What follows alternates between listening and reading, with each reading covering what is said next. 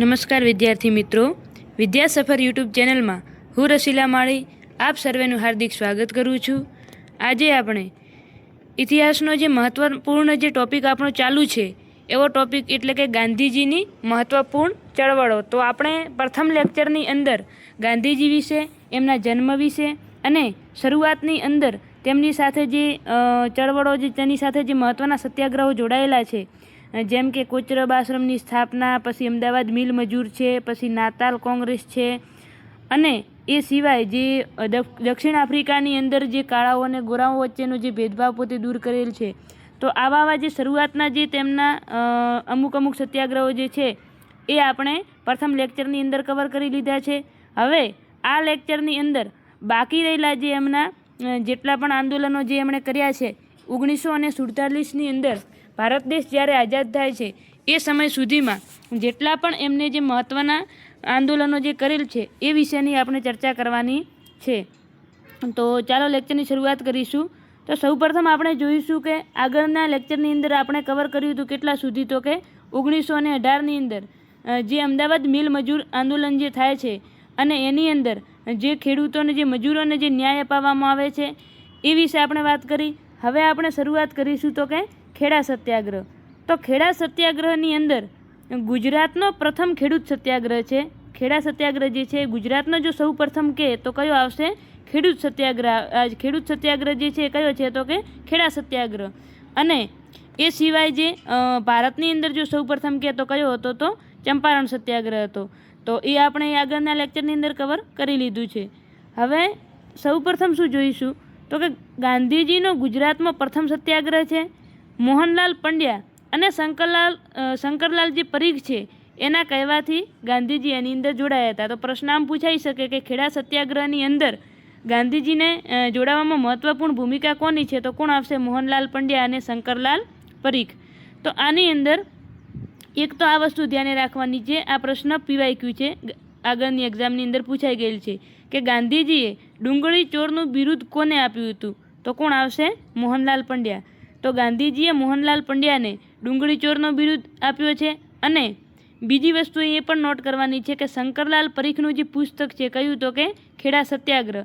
આ જે પુસ્તક છે એની અંદર આ સત્યાગ્રહની માહિતી આપવામાં આવી છે। તો ખેડા સત્યાગ્રહ પુસ્તક કે તો શંકરલાલ પરીખનું છે। પછી ડુંગળી ચોર ઉપનામ કે તો કોનું છે?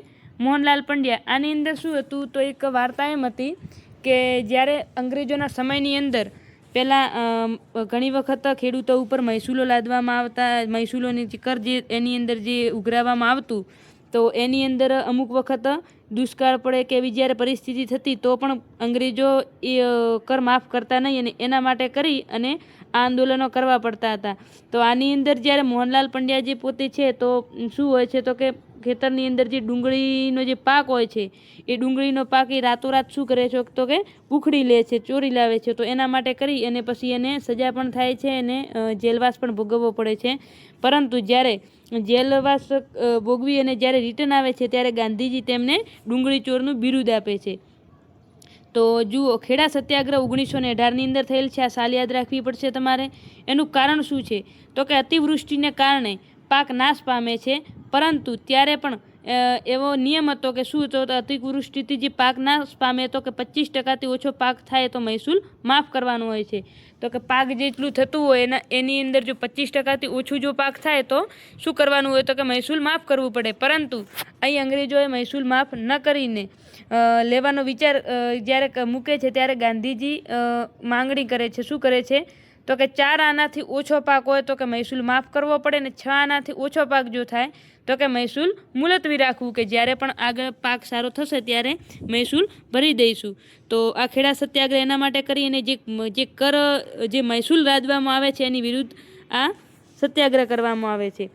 ગાંધીજીને આ સત્યાગ્રહમાં મદદ કોણે કોણે કરી હતી? તો કે વલ્લભભાઈ પટેલ, ઇન્દુલાલ યાજ્ઞિક, રવિશંકર મહારાજ, અમૃતલાલ ઠક્કર અને વિઠ્ઠલભાઈ પટેલ, ત્યારબાદ ગોકુળદાસ પારેખ અને કુંવરજી મહેતા, આટલા લોકો મદદ કરે છે। પરંતુ આપણે આની એટલું લગભગ કોઈ પરીક્ષાની અંદર પૂછાતું નથી અને એટલું ડીપમાં જે જીપીએસસી 1-2ની જે તૈયારી કરતા હોય તો અથવા સીસી ગ્રુપ એની તો એના માટે કદાચ આ ઉપયોગી, બાકી પોલીસ કોન્સ્ટેબલ અને આની અંદર આટલો અંદરૂની પ્રશ્ન નહીં આવે। તો પણ એની અંદર 2 ટોપિક મહત્ત્વના યાદ રાખવાના છે। કયા કયા? તો કે ઇન્દુલાલ યાજ્ઞિક છે. તો કે ગાંધીજીને નવજીવન સામયિક સોંપ્યો. નવજીવન સામયિક કે તો કોનું હતું? તો કે ઇન્દુલાલ યાજ્ઞિકનું.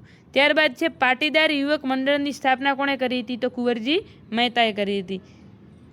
22 માર્ચ 1918 નડિયાદના અનાથ આશ્રમમાં પ્રતિજ્ઞા લીધી કે પાઘડી નહીં પહેરવું અને આજીવન ખાદી પહેરીશ. તો આ પ્રશ્ન પૂછાઈ જાય કદાચ કે ગાંધીજી જે છે એમણે ખાદી પહેરવાની જે પ્રતિજ્ઞા છે એ કઈ જગ્યાએથી લીધી હતી? તો કે નડિયાદનો જે અનાથ આશ્રમ છે ત્યાંથી પોતે પ્રતિજ્ઞા લે છે કે માથામાં પાઘડી નહીં પહેરવું અને બીજું શું? તો કે આજીવન ખાદી પહેરીશ. તો ગાંધીજીના જે વસ્ત્રો હતા એ કેના હતા? તો ખાદીના હતા. અને દેશના લોકોને પણ પોતે આગ્રહ કરતા ખાદી પહેરવા માટે, જેથી કરી અને સ્વદેશીને અપનાવી અને વિદેશીનો બહિષ્કાર કરી શકો. તો સ્વદેશી શું? સ્વદેશી રીતે આપણે કેવા બનીએ? તો કે આર્થિક રીતે મજબૂત બની શકીએ.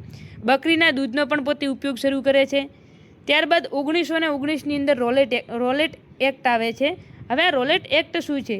તો કે બ્રિટિશ જજ સર સિડની રોલેટની અધ્યક્ષતામાં એક રોલેટ કમિશનની ભલામણથી બ્રિટન સંસદે અનહાર્જિકલ એન્ડ રિવોલ્યુશનરી ક્રાઇમ્સ એક્ટ 1919 પસાર કર્યો છે, જે રોલેટ એક્ટ તરીકે ઓળખાય છે. તો આની અંદર કોની? તો કે કોની અધ્યક્ષતા હેઠળ આ કમિશન પસાર કરવામાં, જે એક્ટ છે પસાર કરવામાં આવે છે? તો કે અધ્યક્ષ રોલેટની અધ્યક્ષતા હેઠળ. એટલે આનું નામ જ રોલેટ એક્ટ પડે છે. આ કાયદા મુજબ કોઈ પણ એક્ટિવિસ્ટને ટ્રાયલ વગર 2 વર્ષની જેલ કરી શકાય, તેમજ સમાચાર પત્રને બંધ કરાવી શકાય. એનો મતલબ શું? તો કે કોઈ પણ વ્યક્તિએ હજુ સુધી પણ ગુનો ન કર્યો હોય, અથવા તો એને લડવા માટે ખરેખર શું હોય કે જ્યારે પણ આપણે કોઈ પણ સજા કરતા હોઈએ તો એના માટે લડવા માટે શું જોઈએ? તો કે વકીલ જોઈએ. તો આની અંદર એવું હતું કે કોઈ પણ વકીલ વગર વ્યક્તિને એને 2 વર્ષની જેલ કરી શકાય, અથવા એના જે સમાચાર પત્રો છે એને પણ શું કરી શકાય? તો કે બંધ કરી શકાય. આ રીતનો એક કાયદો હતો, જેને ના અપીલ કે ના દલીલનો પણ કાયદો, કાળો કાયદો કહેવામાં આવે છે. આની અંદર વ્યક્તિની વાણી અભિવ્યક્તિની જે સ્વતંત્રતા છે એ શું છે? તો કે છીનવાઈ જાય છે. તો આ કાયદા મુજબ શું હતું? તો કે કોઈ પણ વ્યક્તિને, જે અંગ્રેજોને એવું લાગે કે ના આ વ્યક્તિ આપણા ખિલાફ બોલી શકે કે એવું છે, તો એ વ્યક્તિને ડાયરેક્ટ શું કરતા? એ લોકો જેલમાં પૂરી દેતા. અને એ જે પણ કોઈ સામયિક બહાર પાડે, કોઈ સમાચાર પત્ર બહાર પાડે, તો એને શું કરે? તો કે બંધ કરી દે. તો આ રીતનો જે કાયદો હતો. તો સંસદના ભારતીય સભ્યો કોણ? તો કે મોહમ્મદ અલી જીના, મદન મોહન માલવિયા અને મઝર ઉલ હકે શું કર્યું? તો કે સંસદમાંથી રાજીનામું આપી દીધું. આ કાયદો જ્યારે આવ્યો તો એની વિરુદ્ધમાં લોકોએ ખૂબ જ ના પાડી કે આ કાયદો મત લાવો. છતાં પણ લાવવામાં આવ્યો. તો જે ભારતીય સભ્યો હતા એ લોકોએ શું કર્યું? તો સંસદમાંથી રાજીનામું આપી દીધું. ત્યારબાદ ગાંધીજીએ કાળો કાયદો કીધું. ગાંધીજી આને શું કીધું? તો કે કાળો કાયદો કીધો. અને એ સિવાય ના અપીલ અને ના દલીલનો પણ કાયદો કહેવામાં આવે છે. કેમ? તો કે એની અંદર કોઈ અપીલ પણ નથી, કોઈ દલીલ પણ નથી, છતાં પણ વ્યક્તિને ગિરફ્તાર કરવામાં આવે ને તો એ એવું કેવું કહેવાય? કાળા કાયદા સમાન છે. એટલે ગાંધીજીએ શું કીધું છે કે આ કાળો કાયદો છે, તથા દેશવ્યાપી હડતાલ કરવાનું પોતે શું કરે છે? તો કે નક્કી કરે છે. એટલે કે પૂરા દેશની અંદર આના માટે કરીને હડતાલ શરૂ કરે છે. તો સૌ પ્રથમ દેશવ્યાપી હડતાલ કે તો કઈ હતી? તો કે જે કાળા કાયદા એટલે કે રોલેટ એક્ટની જે વિરુદ્ધમાં જે હડતાલ કરવામાં આવી હતી એ સ્વદેશી અપનાવો અને વિદેશીનો બહિષ્કાર કરો. જે અસહકાર આંદોલન છે એની લગતું જ આ પણ દેશવ્યાપી એટલે કે દેશ માટે કરી અને આંદોલન શરૂ કરવામાં આવે છે. હોમ રૂલ લીગ અને પેન ઇસ્લામિસ્ટના યુવાન સભ્યોની સત્યાગ્રહ સભાનું આયોજન કર્યું. એટલે કે શું કર્યું? તો કે હોમ રૂલ લીગના જે સભ્યો છે એ અને પેન ઇસ્લામિસ્ટના જે યુવાન સભ્યો છે એ લોકોએ શું કર્યું? તો કે એક સત્યાગ્રહ સભાનું આયોજન કરે છે. સત્યાગ્રહ 6 એપ્રિલ 1919ના રોજ યોજવાની હતી, પરંતુ કલકત્તા, બોમ્બે, દિલ્હી, અમદાવાદ અને પંજાબમાં દંગાઓ થતાં આ સત્યાગ્રહ શું કરે? તો કે બંધ રાખવાનો નિર્ણય લેવાય છે. ખરેખર આ સત્યાગ્રહની જ્યારે સભા થઈ એટલે એની અંદર શું નક્કી કરવામાં આવ્યું? તો કે 6 એપ્રિલ 1919ના દિવસે શું કરવું? તો કે આ સત્યાગ્રહનું આયોજન કરવું. એટલે કે આ એક દિવસે સત્યાગ્રહ ચાલુ કરવો. પરંતુ પછી ઠેર ઠેર જગ્યાએ આ દંગાઓ ચાલુ થઈ ગયા. કલકત્તા, બોમ્બે, દિલ્હી, અમદાવાદ, પંજાબ જે મોટા મોટા જે શહેરો છે એની અંદર દંગાઓ, હત્યાઓના બધું થવા માંડ્યું. એટલે પછી શું કર્યું? તો કે આ સત્યાગ્રહને બંધ રાખવાનો નિર્ણય લીધો. ત્યારબાદ 13 એપ્રિલ 1919ની અંદર જલિયાવાલા બાગ હત્યાકાંડ થાય છે. હવે ખરેખર આ જલિયાવાલા બાગ હત્યાકાંડ શું છે? તો એક વાર્તા સ્વરૂપે નાનકડી વાતમાં હું તમને કહી દઉં કે જે પંજાબના જે રાષ્ટ્રીય નેતા છે ડૉક્ટર સત્યપાલ અને ડૉક્ટર સૈફુદ્દીન કિચલુ, આ બંને જે છે એ પંજાબની અંદરથી આગેવાની કરતા હતા આ રોલેટ એક્ટની વિરુદ્ધમાં. તો રોલેટ એક્ટની વિરુદ્ધમાં બંને જ્યારે નેતૃત્વ કરે છે આની વિરુદ્ધમાં, તો એ વખતે આ બંનેની ધરપકડ થાય છે. કોની? તો કે સત્યપાલ અને સૈફુદ્દીન કિચલુની. તો એ વખતે એ લોકોની જ્યારે ધરપકડ થાય એટલે લોકોની અંદર શું થાય છે? તો કે રોષ ભરાય છે. લોકોની અંદર એક રોલેટ એક્ટ છે એની વિરુદ્ધમાં જે રોષ હતો એનાથી પણ બમણો રોષ આની અંદર થઈ જાય છે અને લોકો અંગ્રેજ સરકારની વિરુદ્ધમાં થઈ જાય છે.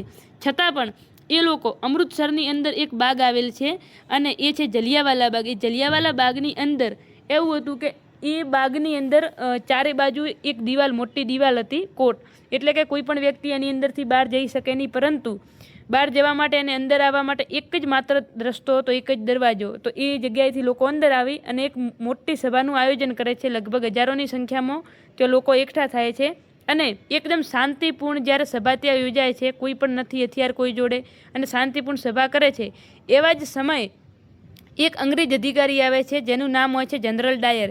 એ વ્યક્તિ આવી અને અંધાધૂંધ કોઈ પણ પ્રકારની પૂર્વ ચેતવણી આપ્યા વગર, કોઈ પણ કીધા વગર ડાયરેક્ટ એમની સેના જે હોય છે, એમની જે સૈનિક ટુકડી હોય છે એની જોડે ગોળીબાર કરાવે છે. અને એ ગોળીબારની અંદર આમ તો એ લોકોએ તો કંઈક 300 આસપાસનો આંકડો આપ્યો છે, પરંતુ ભારત સરકાર મુજબ તો અથવા જે આપણી જે કોંગ્રેસની ટાઈમે એનું જે મત હતું એ મુજબ તો લગભગ 1000ને પાર આંકડો હતો. એટલા લોકો માર્યા જાય છે. હવે એ બાગની અંદર એક કૂવો હોય છે. તો ઘણા લોકો શું કરે છે કે બહાર નીકળવા માટે તો કોઈ રસ્તો મળતો નથી, કારણ કે એ જે દરવાજો છે બહાર નીકળવાનો ત્યાં જ ઊભા એ લોકો ગોળીબાર કરે છે. એટલે ઘણા લોકો બચવા માટે કરી અને એની અંદર એક કૂવો હોય છે જલિયાવાલા, તો લોકો એ કૂવાની અંદર પડે છે. તો એની અંદર પડવાથી પણ ઘણા લોકોના મોત થાય છે, કેમ કે એકની ઉપર એક કૂદે છે એટલે લોકો. અને બીજા ઘણા બધા જે ગોળીબાર થાય છે આના માટે કરીને ખૂબ જ કરુણ દ્રશ્ય સર્જાય છે.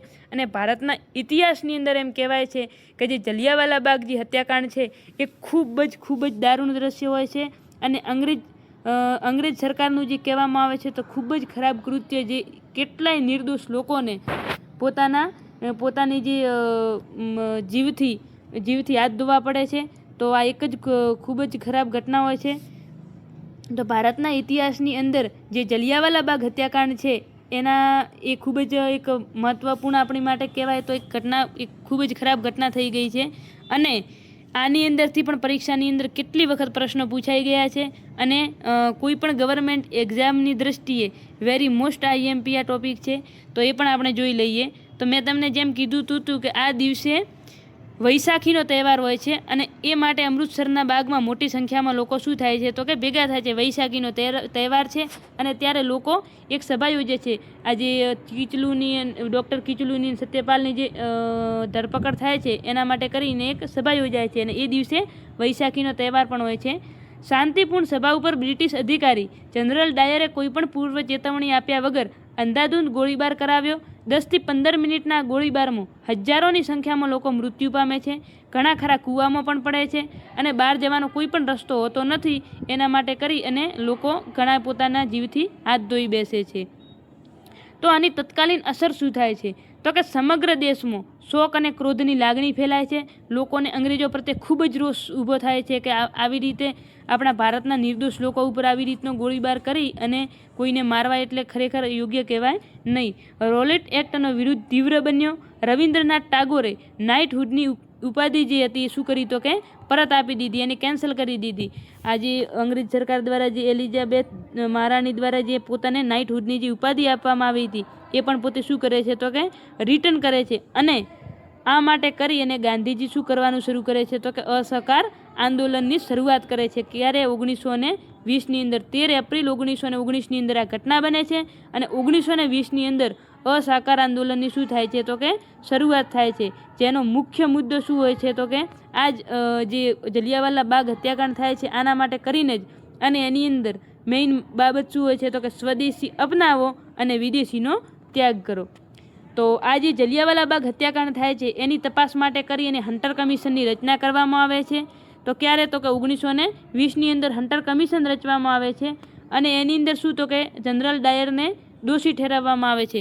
પરંતુ છતાં પણ તમે જોજો અંગ્રેજોનું કૃત્યુ કે કોઈ પણ કઠોર સજાને બદલે એને શું કરે છે તો માત્ર ને માત્ર એક જ કરે, શું કે ભાઈ કે તમે કે આ ભૂલ કરી છે તો તમને પદ ઉપરથી દૂર કરવામાં આવે છે. આવી રીતે કહી અને જનરલ ડાયરને જે પદ સોંપેલો હતો એના ઉપરથી દૂર કરે છે, પરંતુ એને કોઈ પણ પ્રકારની સજા કરવામાં આવતી નથી. અને ઇતિહાસમાં તો એવું લખેલું છે કે જ્યારે જનરલ ડાયર ઇંગ્લેન્ડમાં રિટર્ન જાય છે, પાછો જાય છે, એ વખતે ત્યાંના જે અધિકારીઓ છે એ એનું કંઈક 10 કે 12 પાઉન્ડ અને કંઈક તલવાર આપીને એનું સન્માન કરે છે.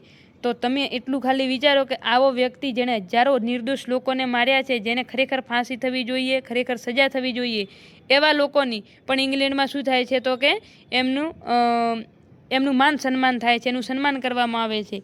તો એ આપણા માટે એક આ વાત પણ જ્યારે ભારતના લોકોને ખબર પડે છે તો એ લોકોને ખૂબ ગુસ્સો આવે છે, ખૂબ ક્રોધે અને ખૂબ જ અંગ્રેજો ઉપર એ લોકો એક કહેવાય ને એમ કે આક્રોશની લાગણી પેદા થાય છે. તો કે ડાયરને દોષી ઠેરવે છે, પરંતુ કઠોર સજાને બદલે માત્ર પદથી દૂર કરવામાં આવે છે. ગાંધીજીએ રાષ્ટ્રીય આંદોલન વિશે વિચારવાનું શરૂ કર્યું. ભારત ભ્રમણ માટે સ્વામી શ્રદ્ધાનંદે દિલ્હી જવાનું કહ્યું. એટલે કે ગાંધીજી શું કરે છે તો કે રાષ્ટ્રીય આંદોલન કરવા માટે વિચારે છે, પરંતુ ત્યારબાદ શું સ્વામી શ્રદ્ધાનંદ જે હોય છે એ ગાંધીજીને શું કહે છે તો કે તમે ભારત ભ્રમણ કરો. અને પલવલ એટલે કે હરિયાણા રેલવે સ્ટેશન પર ગાંધીજીની શું કરવામાં આવે છે તો ધરપકડ કરવામાં આવે છે. અને ત્યારબાદ જે આ સહકાર આંદોલન કે જે આ રાષ્ટ્રીય આંદોલન જે કરે છે એની આગેવાની કોણ લે છે તો કે સ્વામી શ્રદ્ધાનંદે એની આગેવાની લીધી છે. હવે આપણે વાત કરીશું કે આગેવાની લીધું તો કયું હતું આંદોલન તો કે અસહકાર આંદોલન. તો અસહકાર આંદોલન 1920ની અંદર ક્યારે તો કે નાગપુર અધિવેશન 1920માં આંદોલનને ઠરાવ પસાર કરવામાં આવ્યો. તો આંદોલનનું જે ઠરાવ છે આ આંદોલન વિશેની જે માહિતી કોણે તૈયાર કરી છે તો કે ચિત્તરંજન દાસે, CR દાસ. આની જે છે નાગપુર અધિવેશન આંદોલનનો ઠરાવ પસાર કરવામાં આવે છે. તો આ પ્રશ્ન પૂછાઈ ગયો છે ને PYQ છે ને મોસ્ટ IMP છે કે અસહકાર આંદોલન છે આનો ઠરાવ કયા અધિવેશનની અંદર પસાર કરવામાં આવ્યો હતો તો નાગપુર અધિવેશન 1920ની અંદર. તૈયાર કોણ કરે છે તો CR દાસ. તો ગાંધીજીએ કેસરે હિંદનો ખિતાબ પરત કર્યો. જે અસહકાર આંદોલન શરૂ કરે છે એટલે ગાંધીજી જે આપણે રવિન્દ્રનાથ ટાગોર છે એ શું કરે છે તો કે નાઇટહુડની ઉપાધિ જે છે એ રિટર્ન કરે છે. અને ગાંધીજી જે છે એ કેસરે હિંદનો ખિતાબ પરત કરે છે. રવિન્દ્રનાથ ટાગોર છે એ સરનો ખિતાબ પાછો આપે છે. જમનાલાલ બજાજ છે એ રાય બહાદુરનો ખિતાબ પાછો આપે છે. એની જે ઉપાધિ મળેલ છે રાય બહાદુરની એ પણ શું કરે છે તો પાછી આપે છે. આ અધિવેશનમાં સ્વશાસનની જગ્યાએ સ્વરાજ્યની માંગણી કરવામાં આવી. હવે જે માંગણી છે એ તીવ્ર બને છે અને આ અધિવેશનમાં શું કહેવામાં આવે છે તો કે અમારે સ્વશાસન નહીં પણ હવે શું અમારો સ્વરાજ્ય જોઈએ છે. અમારે પોતાએ શાસન એવું જ માત્ર નહીં, અમારે શાસન કરવું નહીં, પણ અમારો રાજ્ય હવે અમારો જે દેશ છે અમારે જોઈએ છે. તો સ્વશાસનની જગ્યાએ હવે સ્વરાજ્યની માંગણી ઉઠી. ભારતમાં બુનિયાદી શિક્ષણની શરૂઆત કરી. ડાયાભાઈના મકાનમાં ગાંધીજીએ 1920માં ગુજરાત વિદ્યાપીઠની સ્થાપના કરે છે. તો આ પ્રશ્ન પૂછાઈ ગયેલ છે કે ગુજરાત વિદ્યાપીઠની સ્થાપના હમણે લગભગ આ 2025ની જ કોઈક ભરતી હતી PSI અથવા તો પોલીસની અંદર લગભગ આ પ્રશ્ન પૂછાઈ ગયેલ છે કે ગુજરાત વિદ્યાપીઠની સ્થાપના કોણ કરે છે તો મહાત્મા ગાંધીજીએ સ્થાપના કરી હતી. ક્યારે 1920ની અંદર. અને એક આ ખાસ ધ્યાન રાખજો કે કોણે કોણે ઉપાધિ પાછી આપી હતી તો ગાંધીજીએ, રવિન્દ્રનાથ ટાગોર અને જમનાલાલ બજાજે ત્રણેય વ્યક્તિએ પોતાની ઉપાધિ શું કરે છે તો એનો ત્યાગ કરે છે. હવે ગુજરાત વિદ્યાપીઠની સ્થાપના થઈ છે તો એના વિશે થોડુંક જોઈ લઈએ. તો એના પ્રથમ કુલપતિ કોણ હતા તો ગાંધીજી હોય છે. અને દ્વિતીય કુલપતિ કોણ હોય છે તો સરદાર પટેલ હોય છે. અને હાલ વર્તમાનની અંદર કે ગુજરાત વિદ્યાપીઠના જે કુલપતિ છે તો લગભગ મોટાભાગે કોણ હોય તો આપણા જે રાજ્યપાલ જે હોય છે એ જ વિદ્યાપીઠના બનતા હોય છે, કુલપતિ બનતા હોય છે. તો વર્તમાનમાં કોણ છે તો આચાર્ય દેવવ્રત એના શું છે તો કુલપતિ છે. ત્યારબાદ આવે છે સરદાર સત્યાગ્રહ. સરદાર સત્યાગ્રહ 1921ની અંદર. આની અંદર શું હોય છે તો કે સૌપ્રથમ તો સત્યાગ્રહ ક્યાં કરવામાં આવે છે તો રાજકોટની અંદર. આનો આગેવાની કોણ લે છે તો કે મનસુખભાઈ મહેતા. મુખ્ય આગેવાન તો ઘણા હોય છે પણ મુખ્ય જે આગેવાન છે એ કોણ છે તો મનસુખભાઈ મહેતા, જેણે કાઠિયાવાડ રાજકીય પરિષદના સ્થાપક સભ્ય છે. એટલે કે કાઠિયાવાડ રાજકીય પરિષદના સ્થાપના કોણે કરેલી છે તો કે મનસુખભાઈ મહેતાએ. હવે આ સરદાર સત્યાગ્રહ છે શા માટે કરવામાં આવે છે તો કે ખેતરોમાં થતા બતકોના શિકારને રોકવા માટે. આનો મતલબ કે પહેલાં રાજા મહારાજાઓના સમયમાં એ વખતે જે અંગ્રેજોનો સમય હતો એટલે એ લોકો શું કરતા તો કે શિકાર કરવા માટે આવતા અને બતકોનો શિકાર કરીને લઈ જતા. તો આનાથી ખેડૂતોનો જે પાક છે એને ખૂબ જ નુકસાન થતું. મજૂરો એક તો ખેડૂતો ખૂબ જ મહેનત કરી અને ખેતરની અંદર પાક વાવતા હોય છે, અને છતાં પણ આ જે શિકાર કરવાવાળા આવે છે એ લોકો પાકને પણ નુકસાન પહોંચાડે છે. અને સાથે સાથે આપણા ભારતની અંદર એક નિયમ રહેલો છે કે કોઈ પણ જીવ ઉપર દયા કરવી. આ તો અંગ્રેજોનું જે કૃત્ય જોઈને એ લોકો આની વિરુદ્ધમાં શું કરે છે, સરદાર સત્યાગ્રહ કરે છે. ખાસ કોના માટે? તો કે બતકોના શિકારને રોકવા માટે. ગાંધીજીની મુલાકાત મુંબઈના ગવર્નર જ્યોર્જ લ્યોડ સાથે થાય છે. આ સરદાર સત્યાગ્રહ જે છે એના દરમિયાન ગાંધીજીની મુલાકાત કોની સાથે થાય છે? તો મુંબઈના જે ગવર્નર જ્યોર્જ લ્યોડ છે એની સાથે એની મુલાકાત થાય છે. તો આપણે તો આની અંદર માત્ર 3 વાત જ યાદ રાખવાની. કઈ? તો કે સરદાર સત્યાગ્રહ 1921 કઈ જગ્યાએ થાય? તો રાજકોટમાં. અને આગેવાની કોણ કરે છે? તો મનસુખભાઈ મહેતા. શા માટે કરવામાં આવે છે? તો કે બતકોના શિકારને રોકવા માટે. ત્યારબાદ છે ચોરી ચોરા ઘટના 5 ફેબ્રુઆરી 1922ની અંદર. હવે 1920ની અંદર જે અસહકાર આંદોલનની શરૂઆત થાય છે, એ આંદોલનની અંદર લોકો જોડાય છે. ધીમે ધીમે લોકો શાંતિપૂર્ણ રીતે જ્યારે આ સત્યાગ્રહ કરતા હોય છે, એ સમયે શું થાય છે? તો કે ચોરી ચોરા જે ગોરખપુર બિહારની અંદર આવેલું છે. આ સ્થળ ક્યાં આવેલું છે? તો ગોરખપુર બિહારમાં. હવે ત્યાં જે પોલીસ લોકો છે એ લોકો શું કરે છે? જે સૈનિકો છે એ લોકો જ્યારે શાંતિપૂર્ણ સરઘસ જ્યારે નીકળતો હોય છે એ વખતે એને એના ઉપર લાઠીચાર્જ કરે છે અને લોકોને મારવા માંડે છે. અને એનાથી લોકોની અંદર આક્રોશ અને ખૂબ જ ગુસ્સો પેદા થાય છે. અને એ લોકો શું કરે છે? તો એ પોલીસ સ્ટેશનને આગ લગાવી દે છે. અને જ્યારે આગ લગાવે છે ત્યારે લગભગ 22 જેટલા જે પોલીસ કર્મચારી છે એ જીવતા સળગી જાય છે, અને બીજા ઘણા બધા જે છે એને નુકસાન પહોંચે છે. અને આનાથી ફટ દઈ અને ગાંધીજી શું કરે છે? તો કે આ આંદોલનને પાછો ખેંચવાનું વિચારે છે અને પાછું ખેંચી લે છે કે ખરેખર કે આ લોકોને હાથમાં આવું આંદોલન મુકાય નહીં. કારણ કે ગાંધીજી હંમેશા કોના? તો કે સત્યના આગ્રહી હતા. એટલે એમના દરેક આંદોલનનું નામ શું પડે છે? તો સત્યાગ્રહ. અને દરેક આંદોલનને સત્યાગ્રહ કહેવામાં આવે છે. એ કોઈ પણ જીવ પ્રત્યે દયા રાખવાનું જણાવે છે. જ્યારે અહીં લોકો શું કરે છે? તો કે આ જે કર્મચારીઓને, જે પોલીસ કર્મચારી છે એને જીવતા સળગાવી દે છે, જે ખૂબ જ આ પણ એક ખરાબ બાબત કહેવાય છે. પરંતુ આમ જોવા જઈએ તો આપણા જે લોકો જ્યારે શાંતિપૂર્ણ રીતે અસહકાર આંદોલન કરતા હતા, તો એ વખતે એ લોકોએ પણ કોઈ પણ કારણ વગર અને કોઈ પણ પ્રકારનું જે ભૂલ વગર લોકો ઉપર લાઠીચાર્જ કરે છે. એટલે સ્વાભાવિક છે કે લોકોને ગુસ્સો તો આવે.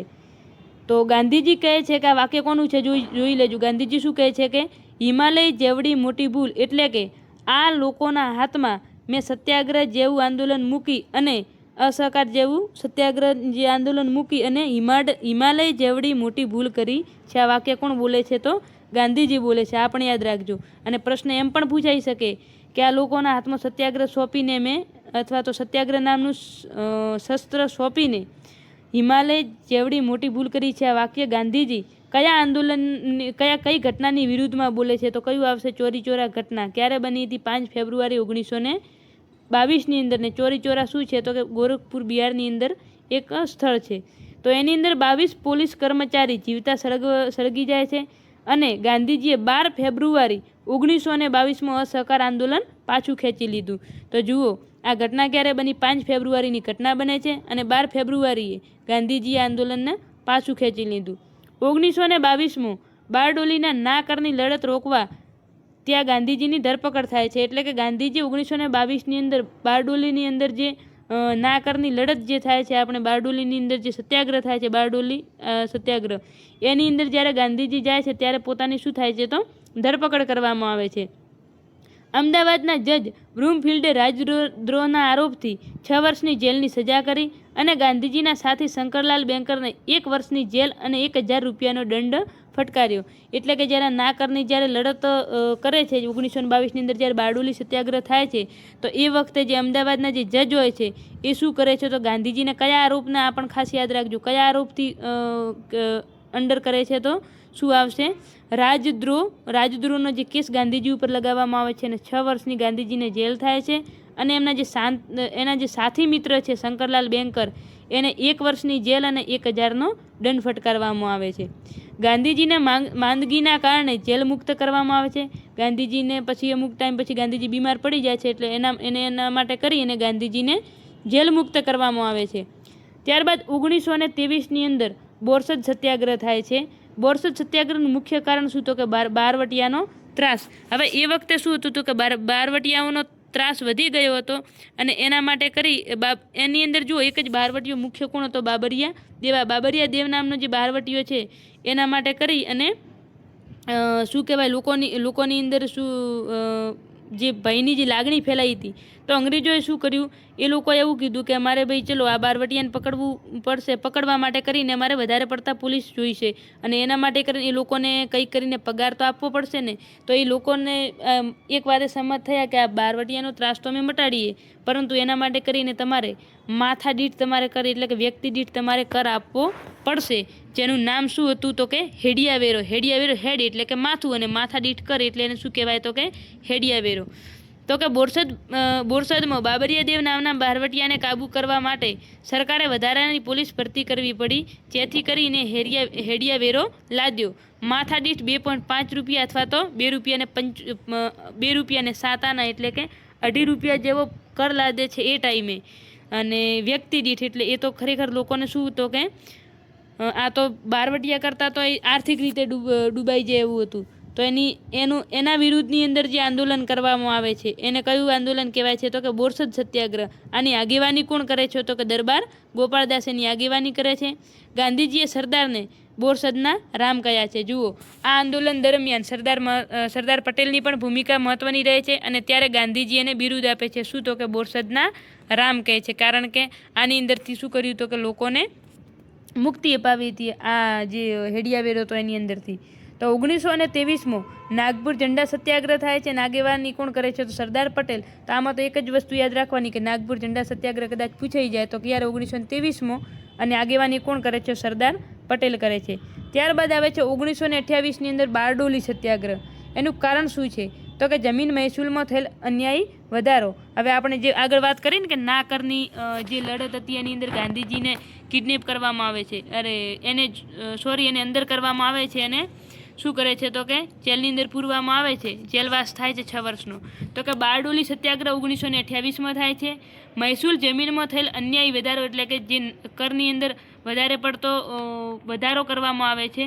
બારડોલીના કલેક્ટર જયકર અને કમિશનરે જમીન મહેસૂલ 22% નક્કી કર્યું. કેટલું કર્યું તો કે 22% એને મહેસૂલ લેવાનું નક્કી કરે છે અને ત્યારે એની વિરુદ્ધમાં આ મહેસૂલ માફ કરાવવા માટે કરી અને આંદોલન કરવામાં આવે છે. તો એની આગેવાની કોણ કરે છે? સરદાર પટેલ. એક તો ખેડા સત્યાગ્રહ, એક બોરસદ સત્યાગ્રહ, એક ચંપારણ સત્યાગ્રહ અને એક છે આ બારડોલી સત્યાગ્રહ. આ પરીક્ષા માટે વેરી મોસ્ટ IMP ટોપિક છે, તો આ ખાસ કવર કરી અને નોટ કરી લેજો. તો બારડોલીના કલેક્ટર જયકર અને કમિશનરે શું કર્યું તો કે મહેસૂલ કેટલું 22% લેવાનું નક્કી કરે છે. તો હવે આની વિરુદ્ધમાં જે આંદોલન થાય છે આગેવાની કોણ કરે છે તો સરદાર પટેલ કરે છે. અકોટી ગામના ભીખીબેને સરદારભાઈને વલ્લભભાઈ જે છે એને કયું બિરુદ આપે છે તો કે સરદારનું બિરુદ આપે છે. તો આ પ્રશ્ન પૂછાઈ જાય કે સરદાર પટેલને એટલે કે વલ્લભભાઈ પટેલને સરદારનું બિરુદ કયા આંદોલનમાં મળ્યું અથવા તો કોણે આપ્યું? આ પ્રશ્ન પૂછાય તો કોણે આપ્યું તો કે ભીખીબેને આપે છે. અને ભીખીબેન નામની જે ઘણી વખત પ્રશ્ન એવો પણ પૂછાય છે કે ભીખીબેન અથવા તો જે બારડોલીની જે મહિલાઓ છે એના દ્વારા આપવામાં આવે છે. અને કયા સત્યાગ્રહની અંદર આપવામાં આવે છે તો કે બારડોલી સત્યાગ્રહમાં. સત્યાગ્રહ દરમિયાન સરદાર પટેલના અંગત મદદનીશ કોણ હોય છે તો કે સ્વામી આનંદ હોય છે. સત્યાગ્રહ દરમિયાન આખો જે સત્યાગ્રહ ચાલે છે જે બારડોલી સત્યાગ્રહ એની અંદર સરદાર પટેલને જો અંગત રીતે કોઈએ મદદ કરી હોય તો કોણ હોય છે? સ્વામી આનંદ હોય છે. આ સિવાય સરદાર પટેલને મદદ કરનાર 4 વ્યક્તિ હોય છે. કોણ તો કે કલ્યાણજી મહેતા, કુંવરજી, ખુશાલદાસ અને કેશવજી. તો આપણે શોર્ટ ટ્રીક રીતે 4K યાદ રાખવાના. 4K જે છે 4K મદદ કરી હતી. કે એટલે કલ્યાણજી મહેતા, કુંવરજી, ખુશાલદાસ અને કેશવજી. આ 4 પણ સરદાર પટેલને આંદોલન દરમિયાન મદદ કરે છે. સત્યાગ્રહના પ્રથમ કેદી કે તો કોણ હતા? રવિશંકર મહારાજ. જે બારડોલી સત્યાગ્રહ થાય છે એના જો પ્રથમ કેદી કે અથવા તો પ્રથમ જો કોઈને કેદ કરવામાં આવે તો કોણ હતા? રવિશંકર મહારાજ હતા. સત્યાગ્રહની પત્રિકા. સત્યાગ્રહ જે છે એ જવાબદારી આ જે સત્યાગ્રહની જે પત્રિકા નામ શું છે તો સત્યાગ્રહ. આ પત્રિકાની જવાબદારી કોણ લે છે તો કે ગુજરાતીની અંદર જુગતરામ દવે લે છે અને અંગ્રેજીની અંદર કોણ લે છે તો કે પ્યારેલાલ. સત્યાગ્રહ જે પત્રિકા છે ગુજરાતીની અંદર કોણ છપાવે છે તો જુગતરામ દવે અને અંગ્રેજીની અંદર કોણ તો કે પ્યારેલાલ. આપણે ગુજરાતીઓને કહીએ ને કે જુગ જુગ જીવો, ગુજરાતીને શું કહેવામાં આવે? જુગ જુગ જીવો. તો આના ઉપરથી યાદ રાખવાનું જુગતરામ દવે. આ સિવાય અંગ્રેજી તો કે પ્યારેલાલ. અંગ્રેજી આજના સમયમાં બધાને પ્યારી ભાષા લાગે તો પ્યારેલાલ. તો આ રીતે તમારે યાદ રાખવાનું. બારડોલીના સમાપન માટે બ્રૂમફિલ્ડ મેક્સવેલ કમિટીની રચના કરવામાં આવે છે. એની અંદર શું છે તો કે 22% જે કર છે એને નાબૂદ કરવામાં આવે છે અને એની જગ્યાએ 5.7 માન્ય રાખવામાં આવે છે. જોજો બારડોલીના સત્યાગ્રહની અંદર મોટા ભાગે સફળતા, જો સંપૂર્ણ સફળતા જ ન કહી શકાય પણ મોટા ભાગે સફળતા મળે છે કે જે 22% જે કર લાદ્યો હતો તો એને કેટલું માન્ય કરવામાં આવે તો 5.7% માન્ય રાખે છે અને બીજો કર જે છે શું છે તો કે નાબૂદ કરવામાં આવે છે. બારડોલી સત્યાગ્રહનો અહેવાલ કમા મુનશીએ તૈયાર કર્યો હતો. જુઓ આ પ્રશ્ન પણ પૂછાઈ શકે, બારડોલી સત્યાગ્રહ છે એનો અહેવાલ કોણે તૈયાર કર્યો હતો તો કમા મુનશીએ તૈયાર કર્યો હતો. સત્યાગ્રહમાં કેમેરાની વ્યવસ્થા કલ્યાણજી મહેતાએ કરી હતી. હવે જે બારડોલી સત્યાગ્રહ છે એના જે ફોટોગ્રાફી આપણા ઇતિહાસની અંદર જે પડી છે તો એ વખતે કેમેરાની વ્યવસ્થા કોણે કરી હતી તો કલ્યાણજી મહેતાએ કરી હતી. અને મુસદ્દો કોણે તૈયાર કર્યો હતો તો કમા મુનશી એટલે કનૈયાલાલ માણેકલાલ મુનશી. બારડોલી શું તો કે સ્વરાજ આશ્રમ. બારડોલીની અંદર સ્વરાજ આશ્રમ આવેલ છે જે સરદાર પટેલનો આશ્રમ છે. ગાંધીજી બારડોલીમાં આ આશ્રમમાં રહેતા હતા. કયા આશ્રમમાં તો કે બારડોલી આશ્રમમાં. એનું બીજું નામ શું છે સ્વરાજ આશ્રમ છે. સરદાર પટેલનો આશ્રમ કહેવામાં આવે છે. અને ગાંધીજી જ્યારે પણ બારડોલી જતા તો એ કયા આશ્રમની અંદર રહેતા તો સ્વરાજ આશ્રમની અંદર. આશ્રમ બારડોલીની શરૂઆત, જે બારડોલી આશ્રમ છે એની શરૂઆત ક્યારે તો કે 12 ફેબ્રુઆરી 1928માં સ્થાપના થાય છે અને આ આશ્રમ કેટલા સુધી રહે છે તો 9 ઓગસ્ટ 1928ની અંદર. તો 12 ફેબ્રુઆરીથી 9 ઓગસ્ટ સુધી 12 જૂનના રોજ બારડોલી દિવસ ઉજવવામાં આવે છે. ક્યારે 12 જૂને. તો આ બારડોલી સત્યાગ્રહ વિશે આટલી માહિતી નોટ કરી લેજો. તમારા બુક અથવા ચોપડાની અંદર ખાસ નોટ કરી લેજો કારણ કે આ ખૂબ જ મહત્ત્વપૂર્ણ ટોપિક છે, એમાંય ગુજરાત માટે તો ખાસ. આપણે તમે કહીએ છીએ ને કે ગુજરાત માટે જે કહેવામાં છે કયા આંદોલનો, કઈ ચળવળ, તો ગુજરાત માટે જે આંદોલનો છે એ પણ આપણે આની અંદર મોટાભાગે ગુજરાતના જ કવર કર્યા છે અને ભારતના પણ જેટલા પણ મહત્ત્વપૂર્ણ અને ઇમ્પોર્ટન્ટ છે એ પણ આપણે લઈ લીધા છે. હવે આવે છે સવિનય કાનૂન ભંગ. આને બીજું નામ આપણે મીઠાનો સત્યાગ્રહ પણ કહે છે. કયું તો કે મીઠાનો સત્યાગ્રહ. જો કે મીઠાનો સત્યાગ્રહ અને સવિનય કાનૂન ભંગ એ મોટાભાગે એક જ છે કે જે આપણે મીઠા કરની વિરુદ્ધમાં જે કરવામાં આવે છે. તો અને એની આ જે સવિનય કાનૂન ભંગ છે એનો જ એક ભાગ છે મીઠાનો સત્યાગ્રહ. કોંગ્રેસના 1929ના લાહોર અધિવેશનમાં એની અંદર અધ્યક્ષ કોણ હોય છે તો JLN. જુઓ હવે એક પણ વસ્તુ એ પણ કહી JLNનો મતલબ થાય છે જવાહરલાલ નહેરુ, એટલે આપણે ટૂંકમાં લખ્યું છે. તો 1929નો જે લાહોર અધિવેશન છે એની જે બેઠક છે એમાં અગત્યના ઠરાવો પસાર કરવામાં આવે છે. એમાંનો એક સવિનય કાનૂન ભંગ અહેવાલ છે.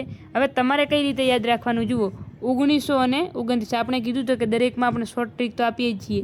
1929 એટલે નવડો ગુજરાતીમાં આ રીતે લખાય ને તો નવડો આ રીતે લખાય એટલે લાહોર અધિવેશન. આવું પરથી યાદ રાખવાનું. આ નવડો આ રીતે લખાય 1929 એટલે 9 એટલે લાહોર અધિવેશન. તો 1929ની અંદર ક્યાં અધિવેશન યોજાયો હતો તો લાહોરની અંદર. બેઠક એટલે કે એની અધ્યક્ષતા કોણે કરી હતી તો જવાહરલાલ નહેરુએ કરી હતી. તો એની અંદર કેટલા ઠરાવ પસાર કરવામાં આવે તો પહેલો આવે છે પૂર્ણ સ્વરાજનો ઠરાવ. આનો મતલબ કે હવે માત્ર સ્વરાજ જ નહીં પરંતુ પૂર્ણ સ્વરાજ જોઈએ છે. 26 જાન્યુઆરી 1930ના દિવસે પૂર્ણ સ્વરાજ દિવસ મનાવવામાં આવે છે. 26 જાન્યુઆરી 1930ના દિવસે જવાહરલાલ નહેરુ એ રાવી કાંઠેથી જે આપણા ભારતના ધ્વજ જે છે એનું અનાવરણ કરે છે, ફરકાવે છે અને એના એટલા માટે કરી અને આપણે 1950ની અંદર જ્યારે બંધારણ અમલમાં આવે છે ત્યારે એની તારીખ કઈ રાખવામાં આવી છે તો 26 જાન્યુઆરી રાખવામાં આવી છે. ત્યારબાદ બીજો શું છે ઠરાવ તો કે સવિનય કાનૂન ભંગનો ઠરાવ. એની જવાબદારી ગાંધીજીએ લીધી હતી. સવિનય જે કાનૂન ભંગ છે એનો જે ઠરાવ જે પસાર કરવામાં આવે છે, હવે આ સવિનય કાનૂન ભંગની જવાબદારી કોણ લે છે તો ગાંધીજી લે છે. આ માટે ગાંધીજીએ 11 મુદ્દાનો કાર્યક્રમ કહેવામાં આવે છે, જેને આપણે ગાંધીજીના જે 11 મહાવ્રતો કહીએ છીએ ને એ જ 11 મુદ્દાનો કાર્યક્રમ તૈયાર કરે છે. આ માહિતી ગાંધીજીએ રેજિનાલ્ડ નામના અંગ્રેજ યુવકના હાથે વાઇસરોય લોર્ડ ઇરવિનને મોકલ્યો. આજની આપણે એટલી જરૂર નથી, આ GPSC વાળો માટે છે, આપણે નથી. તો આ માટે ગાંધીજી 11 મુદ્દાનો કાર્યક્રમ તૈયાર કરે છે. 11 મુદ્દાનો કાર્યક્રમ કેવો તો કે આની અંદર શું વસ્તુ હોવી જોઈએ, કયા કાયદા હોવા જોઈએ, આવી રીતના 11. એના અંદરથી એક મહત્ત્વ આપણે 11 યાદ રાખવાની જરૂર નથી. આની અંદરથી એક મહત્ત્વનો જે કાયદો છે એ કયો તો કે મીઠાનો કાયદો. હવે સવિનય કાનૂન ભંગનો જે ઠરાવ છે એની અંદર જ આપણે કીધું નાનો જ એક ભાગ એટલે કે મીઠાનો જ માટે જે સત્યાગ્રહ થાય છે એ. તો મીઠાનો કાયદો એ શું હતો તો કે મીઠાનો જે સત્યાગ્રહ. હવે મીઠા માટે કરી અને કેટલા સત્યાગ્રહો થયા છે તો કે દાંડી કૂચ કોના માટે થાય છે? તો કે મીઠાના અન્યાયી કાયદાને તોડવા માટે. આ સિવાય ધરાસણા સત્યાગ્રહ, બરવાળા, વિરમગામ, ધોલેરા, વડાળા, આ 6 જો આંદોલનો, આ 6 સત્યાગ્રહ જો કે તો કોને સાથે જોડાયેલા છે? તો મીઠા સાથે. તો ખાસ ધ્યાને રાખજો, પ્રશ્ન એવું પણ પૂછાઈ શકે કે નીચેનામાંથી કયો સત્યાગ્રહ મીઠાને લઈને થયો છે અથવા તો નથી થયો? તો કે કયા કયા થયા છે? તો કે દાંડી કૂચ, ધરાસણા, બરવાળા, વિરમગામ, ધોલેરા અને વડાળા. આ બધા કોના માટેના છે? તો કે મીઠા માટે. આપણે માત્ર નામ યાદ રાખવાના છે, બીજા અમુક કયા થયા છે એ પણ જોઈ લઈશું. તો સૌ પ્રથમ છે દાંડી કૂચ. હવે દાંડી કૂચ આપણા માટે વેરી મોસ્ટ IMP ટોપિક છે. આ બધું આપણે આજે કવર કરી લઈશું. જેટલા પણ પરીક્ષાની અંદર આનીમાંથી પ્રશ્નો આવે છે, આ ટોપિકમાંથી, દાંડી કૂચમાંથી વારંવાર આની અંદરથી પ્રશ્ન પૂછાતા હોય છે. કેટલા જણ જાય છે, કઈ તારીખે પહોંચે છે, શું છે આ બધું, અને કોણ કોણ જોડાયેલા છે એ પણ પૂછે છે આ રીતના પ્રશ્નો. તો એ પણ આપણે કવર કરી લઈશું. તો કે દાંડી કૂચ એટલે કે વહેતી સફેદ નદી. એનો અર્થ શું છે? તો કે વહેતી સફેદ નદી એટલે કે જે મીઠો જે છે, મીઠાની એક જાતની નદી જ કહેવામાં આવે, કે દરિયો કે સમુદ્ર. આપણે જે અમુક વિસ્તારોમાં તમે જો કે જ્યાં સમુદ્ર કિનારા આવેલા છે, તો ત્યાં તમે જમીન જોજો, એકદમ તમને સફેદ જમીન દેખાશે. એ લોકો એ જગ્યાએ લોકો અગરિયાઓ જે હોય છે શું કરતા હોય છે? તો કે મીઠું પકાવતા હોય છે, કે પાણીને કંઈક રોકી અને પછી એને સુકાવા દે છે, અને પછી ત્યાંથી કંઈક મીઠો તૈયાર થાય છે. આ રીતની એમની જે પ્રોસેસ હોય છે, તો એ આખો વિસ્તાર કેવો હોય છે? તો કે સફેદ હોય છે. તો દાંડી કૂચ એટલે કે વહેતી સફેદ નદી. 12 માર્ચ 1930 આ દાંડી કૂચ કરવામાં આવે છે, અને દાંડી દિન તરીકે ઉજવવામાં આવે છે 12 માર્ચને. ગાંધીજી પ્લસ 78 બીજા સભ્યો. પ્રશ્ન એવું પૂછાય કે દાંડી કૂચ જે છે એમાં ટોટલ સભ્યો કેટલા હોય છે? તો 79 સભ્યો હોય છે, 79 વ્યક્તિઓ હોય છે. જ્યારે આમ પૂછે કે ગાંધીજી સિવાય કેટલા હતા? તો 78 જણા. તો ગાંધીજી પ્લસ 78 બીજા કુલ 79 વ્યક્તિઓ હોય છે, અને 24 દિવસની આ યાત્રા હોય છે, અને એનું અંતર કેટલું છે? તો 241 માઇલનું અંતર છે. એટલે કે 388 કિલોમીટરનો જે અંતર છે ગાંધીજી કેટલા દિવસમાં કાપે છે? તો 24 દિવસની અંદર કાપે છે. અને એમની સાથે બીજા 79 જણા, બીજા 78 જણ પણ જોડાયેલા હોય છે. હવે અહીંયા કેવું હોય છે કે જ્યારે ગાંધીજી દાંડી કૂચ કરવા જ્યારે નીકળે છે મીઠાના સત્યાગ્રહ માટે, તો એ વખતે એ જે ગામડાની અંદરથી અથવા જે સ્થળેથી પસાર થાય છે ત્યાં લોકો એમના માટે શેરીઓ સાફ કરતા, ફૂલડા પાથરતા અને પ્રવચનોનું પણ આયોજન કરતા, ભજન સત્સંગ રાખતા, આવું બધું પણ કરવામાં આવતું. તો કલ્યાણજી મહેતાએ દાંડી સૂચવ્યું. આ જો દાંડી છે કોણે સૂચવ્યું? તો કલ્યાણજી મહેતા. એટલે સંગીતકાર નારાયણ ખેરે પ્રસ્થાન સમયે સુર સંગ્રામ અને વૈષ્ણવજન ભજનો ગાયા. આ પ્રશ્ન વેરી મોસ્ટ IMP છે. પ્રશ્ન એમ પૂછાય કે જ્યારે દાંડી કૂચની શરૂઆત કરી, એટલે કે જ્યારે પ્રસ્થાન કરે છે એ સમયે કઈ તારીખે પ્રસ્થાન કરે છે? તો કે 12 માર્ચના પ્રસ્થાન કરે છે, અને 6 એપ્રિલના, 5 એપ્રિલના રાતે ત્યાં પહોંચે છે, અને 6 એપ્રિલની શું કરે છે? તો કે મીઠાના કાયદાનો ભંગ કરે છે. તો જ્યારે 12 માર્ચે જ્યારે ઉપડે છે એ વખતે કયા બે ગીતો સાથે? તો કે સુર સંગ્રામ ગીત અને વૈષ્ણવજન, આ બંને ભજનો સાથે પ્રસ્થાન કરે છે. અને એના જે સંગીતકાર છે એ કોણ હોય છે? તો કે નારાયણ ખેર હોય છે. ત્યારબાદ છે અરુણ ટુકડી. હવે અરુણ ટુકડી વિશે પણ થોડુંક જોઈ લઈએ. તો કે ગુજરાત વિદ્યાપીઠના યુવકોની ટુકડી જે દાંડી યાત્રામાં મદદ કરે છે. આ એક વિદ્યાર્થીઓની ટુકડી છે જે ગાંધીજીની જે સમગ્ર દાંડી યાત્રા રહે છે એની અંદર એમને મદદ કરે છે. તો હવે જે અરુણ ટુકડી જે એની અંદર જે વ્યક્તિઓ, જે વિદ્યાર્થીઓ હશે, તો એમના માટે પણ ખાવા પીવાની વ્યવસ્થા તો કરવી પડશે. તો એની જવાબદારી કોણ લે છે? તો શ્રી રવિશંકર મહારાજ. એટલે કે જે આ અરુણ ટુકડી છે એના રસોઈની જવાબદારી રવિશંકર મહારાજને સોંપવામાં આવે છે. તો 5 એપ્રિલ 1930 દાંડી પહોંચે છે, અને 6 એપ્રિલ 1930 મીઠું ઉપાડી અને મીઠાના કાયદાનું શું કરે છે? તો ભંગ કરે છે. અને ચપટી મીઠું ઉપાડી અને ગાંધીજી એક વાક્ય બોલે છે. શું બોલે છે? તો કે નમક કા કાનૂન મેને તોડ દિયા. પોતે શું કહે છે? કે નમકનો જે આ કાનૂન છે, જે અન્યાયી કાયદો છે, એ મેં તોડી દીધો છે. અને બ્રિટિશ સામ્રાજ્યની ઇમારતના પાયામાં આથી હું લૂણો લગાડું છું. પોતે શું બોલે છે? કે નમક કા કાનૂન મેને તોડ દિયા. બ્રિટિશ સામ્રાજ્યની ઇમારતના પાયામાં આથી હું લૂણો લગાડું છું. આવી રીતે પોતે કહે છે. અને આ જે દાંડી સત્યાગ્રહ જે છે, દાંડી કૂચ છે, એને મહાદેવભાઈ દેસાઈ જે છે એ દાંડી કૂચને કોની સાથે સરખાવે છે? તો કે મહાવિનિષ્ક્રમણ સાથે સરખાવે છે. આ પણ પ્રશ્ન પૂછાઈ ગયેલ છે અને મોસ્ટ IMP છે કે જે દાંડી કૂચ છે એને મહાભિનિષ્ક્રમણની ઉપાધિ કોણે આપી હતી? તો મહાદેવ દેસાઈ આપે છે. ત્યારબાદ દાંડી કૂચનું જે ચિત્રમાં આલેખન, તો એના કે ચિત્રકાર કોણ હતા? તો કે કનુભાઈ દેસાઈ. આ પણ પ્રશ્ન મોસ્ટ આઈએમપી છે આપણા માટે કે દાંડી કૂચનો જે આપણને જે ઘણી આપણે ઇતિહાસની બુકની અંદર જે જોતા હોઈએ છીએ કે ગાંધીજી નીચે નમીને મીઠું લેતા હોય છે અને તેમની આજુબાજુ લોકો ઊભા હોય છે, એ જે ચિત્ર છે તો એ ચિત્ર નું આલેખન અથવા તો એ ચિત્ર કોણ બનાવે છે? તો કોણ હોય છે? કનુભાઈ દેસાઈ એ ચિત્રકાર હોય છે. સુભાષચંદ્ર બોઝે દાંડી યાત્રાને નેપોલિયનની પેરિસ તથા મુસોલિનની રોમ ચર્ચા સાથે સરખાવ્યું છે. તો પ્રશ્ન એમ પૂછાય કે મહાભિનિષ્ક્રમણ સાથે કે તો કોણ આવે? મહાદેવભાઈ દેસાઈ. અને નેપોલિયનની પેરિસ માર્ચ અથવા તો મુસોલિનની રોમ માર્ચ, આ બંને નામ કોણ આપે છે? તો સુભાષચંદ્ર બોઝ આપે છે. દાંડી કૂચના જો પ્રથમ કેદી કહેવામાં આવે તો કોણ હતા? સરદાર પટેલ હતા. આ જે દાંડી કૂચ જે થાય છે એની અંદર સૌપ્રથમ કેદી એટલે કે સૌપ્રથમ કેદ કોને કરવામાં આવે છે? સરદાર પટેલને. તો 7 માર્ચની અંદર એટલે કે જે જ્યારે દાંડીકૂચ શરૂ તો ક્યારે થાય છે? 12 માર્ચે, પરંતુ એ પહેલાં જ 7 માર્ચના દિવસે રાસ ગામ ખેડાથી સરદાર પટેલની ધરપકડ કરવામાં આવે છે. તેથી ગાંધીજીએ કહેલું કે સરકારે મારી એક બાય કાપી નાખી. એટલે જ્યારે સરકાર સરદાર પટેલની ધરપકડ કરે છે એ વખતે ગાંધીજીને ખૂબ દુઃખ થાય છે અને એ બોલી પડે છે કે સરકારે મારી એક બાય કાપી નાખી છે.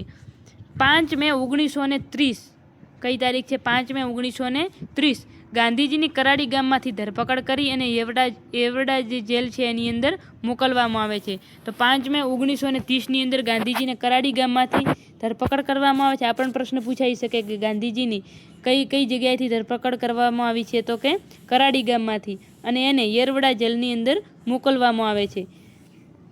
ત્યારે પછી ગાંધીજી પ્રતિજ્ઞા લે છે કે હું કાગડા કૂતરાની મોતે મરીશ, પરંતુ સ્વરાજ્ય લીધા વિના આશ્રમ પાછો ફરવું નહીં. એટલે પોતે જ્યારે આશ્રમથી જ્યારે આ દાંડી કૂચ માટે જ્યારે નીકળે છે, જ્યારે દાંડી કૂચ મીઠાના અન્યાય કાયદા માટે જ્યારે સાબરમતી આશ્રમથી નીકળે છે એ વખતે ગાંધીજી પ્રતિજ્ઞા કરે છે. શું કરે છે? તો કે હું કાગડા કૂતરાની મોતે મરીશ, પરંતુ સ્વરાજ લીધા વિના આશ્રમ પાછો ફરવું નહીં. દાંડીમાં ગાંધીજીનું સ્વાગત કરે છે કોણ? સિરાજુદ્દીન વાસી શેઠ, જે મુસ્લિમ હોય છે છતાં પણ ગાંધીજીનું શું કરે છે? સ્વાગત કરે છે. અને ગાંધીજી તેના મકાનમાં રોકાય છે. કોના? તો કે સિરાજુદ્દીન વાસી જે છે એમના મકાનમાં રોકાય છે. આ મકાન દાંડી સ્મારક તરીકે આજે ઓળખાય છે અને જવાહરલાલ નહેરુએ એનું ઉદ્ઘાટન કરેલું દાંડી સ્મારક તરીકે. કોનું મકાન છે? તો કે સિરાજુદ્દીન વાસી શેઠ, જે મુસ્લિમ હોય છે. ગાંધીજી તેમના મકાનમાં રોકાય છે અને એ મકાનને દાંડી સ્મારકનો દરજ્જો આપવામાં આવે છે. ત્યારબાદ છે દ્રાસના સત્યાગ્રહ, જેના આગેવાન કોણ હોય છે? તો કે ગાંધીજી હોય છે. ગાંધીજીની ધરપકડ થઈ જાય છે. એ બાદ એમની જે આગેવાની છે એ કોણ કરે છે? તો કે અબ્બાસ તૈયબજી કરે છે. અને અબ્બાસ તૈયબજીની જ્યારે ધરપકડ થઈ જાય છે ત્યારે છેલ્લે આની આગેવાની કોણ કરે છે? તો કે સરોજિની નાયડુ કરે છે. અને એ પણ દ્રાસના સત્યાગ્રહને ખૂબ આગળ લઈ જાય છે. અને સરોજિની જે નાયડુ છે એને કોની ઉપાધિ આપવામાં આવી છે? તો ભારતની બુલબુલની એને ઉપાધિ મળેલ છે. ત્યારબાદ વિરમગામ જે સત્યાગ્રહ છે આપણે આગળ જે જોયા મીઠાને લગતા જેટલા હતા, એની જો આગેવાની કે તો કોણ કરે છે? મણીલાલ દોશી કરે છે. ત્યારબાદ ધોલેરા, બરવાળા, બોટાદ સત્યાગ્રહ જે છે એના આગેવાન કોણ હોય છે? તો કે અમૃતલાલ શેઠ અને ઝવેરચંદ મેઘાણી, એ પણ એમના આગેવાન હોય છે. તો આની અંદર તો ખાસ આપણે એટલા મહત્વના નથી, પૂછાતા નથી, એટલે ખાલી આ તો કે કદાચ પ્રશ્ન એવો પૂછાઈ શકે કે આ કોને લગતા છે? વિરમગામ સત્યાગ્રહ, ધોલેરા, બરવાળા, બોટાદ, આ જે સત્યાગ્રહો છે તો કોના માટે છે? તો કે મીઠાના કાયદાને એના વિરુદ્ધમાં જે દાંડી કૂચવાળું જે આપણે કીધું સવિનય કાનૂન ભંગ એરિયાએ. ત્યારબાદ સૌ પ્રથમ ગોળમેજી પરિષદ થાય છે. તે ક્યારે? 1930ની અંદર પ્રથમ ગોળમેજી પરિષદ થાય છે. અને ત્યારબાદ ગાંધી ઇરવિન કરાર થાય છે. ક્યારે? 1931ની અંદર. હવે આને દિલ્હી કરાર તરીકે પણ ઓળખવામાં આવે છે. જુઓ, ગાંધી ઇરવિન જે કરાર છે એનું બીજું નામ શું છે? તો કે દિલ્હી કરાર છે. કેમ કે કયો કરવામાં આવે? તો દિલ્હીની અંદર, એટલે એને દિલ્હી કરાર કહેવામાં આવે છે. આ કરાર મુજબ સવિનય કાનૂન ભંગની લડત પૂર્ણ કરવામાં આવી. આ કરાર મુજબ શું કરવામાં આવી? તો જે સવિનય કાનૂન ભંગની જે લડત છે એને અહીં પૂરી કરવામાં આવે છે. અને કોંગ્રેસ વતી ગાંધીજી આપણે જે બીજી જે ગોળમેજી પરિષદ આવે એની અંદર 1932ની અંદર જે બીજી ગોળમેજી પરિષદ આવે એની અંદર કોંગ્રેસ વતી ગાંધીજી ભાગ લેશે તેવો પણ કરાર કરવામાં આવ્યો. તો બીજી ગોળમેજી પરિષદ કે તો બીજી ગોળમેજી પરિષદ ક્યારે 31માં થાય છે? પ્રથમ કહેતો ક્યારે થાય છે? 1930ની અંદર થાય છે. તો બીજી ગોળમેજી પરિષદ 1931 અને ત્રીજી ગોળમેજી પરિષદ ક્યારે થાય છે? 1932ની અંદર. તો ચાલો આપણે વારાફરતી ગોળમેજી પરિષદ પણ જોઈ લઈએ. તો પ્રથમ ગોળમેજી પરિષદ 1930ની અંદર થાય છે, જેની અંદર કોંગ્રેસને આમંત્રણ આપવામાં આવ્યું નહોતું, પણ છતાં પણ આપણે BR આંબેડકર, ભીમરાવજી આંબેડકર છે એ પ્રથમ ગોળમેજી પરિષદની અંદર ભાગ લે છે. એ સિવાય પ્રથમ ગોળમેજી પરિષદની અંદર મુખ્ય મુદ્દો કે કોંગ્રેસને આમંત્રણ નથી મળતું, અને એની અંદર કુલ કેટલા? તો કે 89 સભ્યો હોય છે. આપણે તો ખાલી એટલું યાદ રાખવાનું કે પ્રથમ ગોળમેજી પરિષદ ક્યારે થઈ હતી? 1931ની અંદર, અને કોંગ્રેસને આમંત્રણ મળેલ ન હતું. બીજી ગોળમેજી પરિષદની અંદર શું થાય છે? તો કે 107 સભ્યો હોય છે. ગાંધીજી હાજરી આપે છે. ગાંધીજી બીજી ગોળમેજી પરિષદમાં કોના દ્વારા જાય છે? તો કે SS રાજપૂતાના જે જહાજ છે એની અંદર બેસી અને પોતે મુંબઈથી લંડન જવા માટે નીકળે છે. તો આ પ્રશ્ન પૂછાઈ ગયેલ છે કે બીજી ગોળમેજી પરિષદની અંદર ગાંધીજી કોની અંદર લંડન જાય છે? તો કે SS રાજપૂતાના જે જહાજ છે, જહાજનું નામ શું છે? તો કે SS રાજપૂતાના નામ છે. એની અંદર બેસી અને પોતે જાય છે, અને પરત આવવાનો લગભગ કોઈ GCRT કે NCRTની અંદર એનો ચોખ્ખો તો ઉલ્લેખ નથી કરેલો, પણ ઘણી જગ્યાએ ઇતિહાસની અંદર એવો મળે છે ઉલ્લેખ કે પિલસેના નામના જહાજમાં પોતે પરત આવે છે. તો જાય છે SS રાજપૂતાના જહાજમાં, અને રિટર્ન કોની અંદર આવે છે? તો કે પિલસેના જહાજમાં પોતે પાછા આવે છે. ગાંધીજી પોતાની સાથે કવિ ઇકબાલને લઈ જાય છે. કવિ ઇકબાલ જે સારે જહાં સે અચ્છા હિન્દુસ્तान મારા કોણ લગવે છે? કોની છે? તો કે કવિ ઇકબાલની પંક્તિ, એક જોરદાર પંક્તિ છે કે સારે જહાં સે અચ્છા હિન્દુસ્तान હમારા હમારા સારે જહાં સે અચ્છા. તો આ જે એક ભારત દેશ માટે ખરેખર એક બહુ જ હિન્દુસ્તાન માટે કરી અને એક સરસ પંક્તિ પોતે લખેલી છે, સરસ આ ગીત લખેલું છે. તો ગાંધીજી જ્યારે જાય છે એટલે કવિ ઇકબાલને પોતાની સાથે લઈ જાય છે. સેકન્ડ ગોળમેજી પરિષદ સમયે ગાંધીજીની મુલાકાત ચાર્લી ચેપ્લિન અને મેડમ મોન્ટેસરી સાથે થાય છે. કોની સાથે? તો કે ચાર્લી ચેમ્પલિન જે એની સાથે મશીનો વિશે કંઈક વાતચીત કરે છે, અને બીજા છે મેડમ મોન્ટેસરી. આ બંને સાથે ગાંધીજીની મુલાકાત થાય છે. બીજી ગોળમેજી પરિષદ દરમિયાન ગાંધીજીએ આર્લિંગ્ટન ડેરીનું બકરીનું દૂધ પીધું હતું. એટલે કે જ્યારે પોતે બીજી ગોળમેજી પરિષદમાં ત્યાં લંડન જાય છે, તો ત્યાં તો હવે બકરી ક્યાંથી લાવી, એટલે એ શું કરે છે? તો કે આર્લિંગ્ટન જે ડેરી છે ત્યાંથી બકરીનું દૂધ પીવે છે. પણ આ પણ આપણા માટે એટલો પરીક્ષાની દ્રષ્ટિએ એટલો મહત્ત્વનો નથી, પરંતુ એક વાર્તા સ્વરૂપે બધું ચાલે છે. તો ગાંધીજીની હિસ્ટ્રી છે એક જાતની, એટલે જાણવામાં વધારે મજા આવે. ડૉક્ટર આંબેડકરે અનામત બેઠકોની માંગણી કરેલી. જુઓ, બીજી ગોળમેજી પરિષદમાં આંબેડકરે શું કર્યું? તો કે અનામત બેઠકોની માંગણી કરી. ઝવેરચંદ મેઘાણી કહે છે કે છેલ્લો કટોરો પી જાજુ ઝેરનો બાપુ. એટલે કે છેલ્લો કટોરો જે ગીત છે આ ઝવેરચંદ મેઘાણી ક્યારે લખે છે અને કોના માટે લખે છે? તો કે જ્યારે ગાંધીજી બીજી ગોળમેજી પરિષદની અંદર જ્યારે ભાગ લેવા માટે જાય છે એ વખતે ઝવેરચંદ મેઘાણી કહે છે કે બાપુ, તમે તો આજ સુધી અંગ્રેજોની ખૂબ જ સાંભળ્યું છે, ખૂબ જ સહન કર્યું છે, તો હવે આ છેલ્લી વખત એક વખત વરે પણ સહન કરી લેજો. આનો અર્થ એવો થાય છે એટલે કે છેલ્લો કટોરો ઝેરનો પી જજો બાપુ, સાગરના પીનારા અંજલિ નવ ઢોળજો રે. એટલે એનો મતલબ કે તમે તો સાગર પીનારા છો, આજ દિવસ સુધી આટલા બધા અપમાનો સહન કર્યા છે, બધું કર્યું છે, તો હવે આટલા માટે કરીને એવું કે તમે તો સાગર પીનારા છો, એક માત્ર અંજલિ એટલે કે ખૂબો ભરી જળને ઢોળશો નહીં. ગાંધીજીએ બીજી પરિષદ ગાંધી ઇરવિન કરારનો ભંગ ગણાવી. એટલે ગાંધીજીએ શું કીધું કે ખરેખર જે ગાંધી અને ઇરવિન વચ્ચે જે કરાર થયા હતા, તો એનો જે ભંગ આ જે બીજી ગોળમેજી પરિષદની અંદર થાય છે, અને ગાંધીજીને આની અંદર બહુ દુઃખ થાય છે. ત્યારબાદ જ્યારે ત્રીજી ગોળમેજી જ્યારે પરિષદ થાય છે એની અંદર ગાંધીજી ભાગ લેતા નથી. તો ત્રીજી ગોળમેજી પરિષદ ક્યારે થાય છે? તો 1932ની અંદર, અને એની અંદર કેટલા સભ્યો હોય છે? તો 4600. ખાસ તો આપણે બીજી ગોળમેજી પરિષદ યાદ રાખવાની છે, કેમ કે એની અંદર ગાંધીજી ભાગ લે છે અને મહત્ત્વપૂર્ણ નિર્ણયો લેવામાં આવે છે. ત્યારબાદ સયાજીરાવ ગાયકવાડ તથા જામ રણજીતસિંહ પ્રથમ તથા બીજા ગોળમેજી પરિષદમાં હાજર હતા. જુઓ, એની અંદર જોજો, સયાજીરાવ ગાયકવાડ અને જામ રણજીતસિંહ પ્રથમ તથા જામ રણજીતસિંહ, આ જે બંને જે છે સયાજીરાવ ગાયકવાડ અને રણજીતસિંહ, આ બંને બીજી ગોળમેજી પરિષદની અંદર હાજર રહે છે. ત્રણેય ગોળમેજી પરિષદની અંદર હાજર રહેનાર કહે ને તો એક તો ડૉક્ટર ભીમરાવ આંબેડકર, તેગ બહાદુર સપ્રુ અને મનુભાઈ મહેતા આ 3 વ્યક્તિઓ એવા છે જે કે 3 ગોળમેજી પરિષદની અંદર હાજરી આપે છે. તો પ્રશ્ન એવો પૂછાઈ જાય કે 3 ગોળમેજી પરિષદની અંદર હાજરી આપનાર તો ઘણા લોકોને એક જ વ્યક્તિનું નામ ખબર છે, કોણ? ડૉક્ટર ભીમરાવ આંબેડકર. પરંતુ એ સાથે સાથે બીજા પણ 2 નામ યાદ રાખજો, તેગ બહાદુર સપ્રુ અને મનુભાઈ મહેતા. આ બંને વ્યક્તિઓ પણ શું હોય છે તો કે આ પરિષદમાં 3 પરિષદમાં હાજરી આપે છે.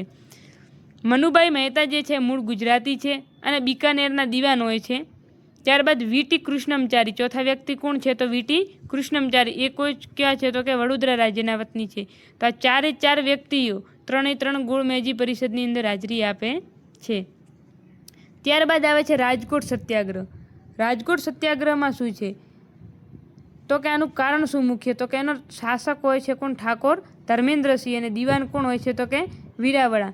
આ ધર્મેન્દ્રસિંહ અને વીરાવળા બંને ભેગા મળી અને પોતાની મનમાની ચલાવે છે અને યોગ્ય શાસન કરતા નથી. તો એના માટે કરી અને આ સત્યાગ્રહ થાય છે. આ સત્યાગ્રહ કોના માટે કરવામાં, કોના દ્વારા કરવામાં આવે તો કે લોકો દ્વારા કરવામાં આવે છે એમના શાસનની વિરુદ્ધમાં. તો સત્યાગ્રહમાં આગેવાની કે તો કે સરદાર પટેલ જે છે એ આગેવાની લે છે. જેથી જ્યારે સરદાર પટેલ જ્યારે આગેવાની લે છે એટલે એ શું કરે છે તો કે દિવાન બદલી નાખે છે. જે વીરવાળા જે દિવાન છે એની જગ્યાએ નવા દિવાન લાવે છે. કોણ તો કે સર પેટ્રિક. આ સર પેટ્રિક જે છે એ નવા દિવાન બને છે, પણ એ કોણ હોય છે તો કે અંગ્રેજ હોય છે.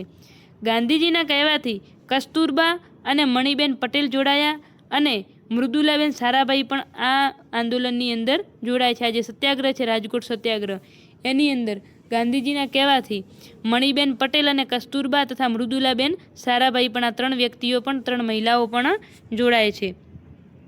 હવે આગળ શું થાય છે તો ગાંધીજી 1939ની અંદર રાજકોટ આવે છે અને આંદોલનની અંદર શું કરે છે તો કે ભાગ લે છે. ક્યારે? 1939માં. આ જ આંદોલનની અંદર ગાંધીજી ઉપવાસ શરૂ કરે છે અને વાયસરોય લીન લીથગોએ રાજકોટ, જો વાયસરોય છે લખવામાં થોડી મિસ્ટેક થઈ ગઈ, વાયસરોય લીન લીથગોએ રાજકોટનો પ્રશ્ન હલ કર્યો. એટલે આની અંદર શું થાય છે કે જ્યારે રાજકોટ સત્યાગ્રહ થાય છે એમાં ગાંધીજી આંદોલનની અંદર ભાગ લે છે અને પોતે શું કરે છે તો ઉપવાસ શરૂ કરે છે. એ માટે કરીને લીન લીથગો શું કરે છે તો કે રાજકોટનો પ્રશ્ન હલ કરે છે.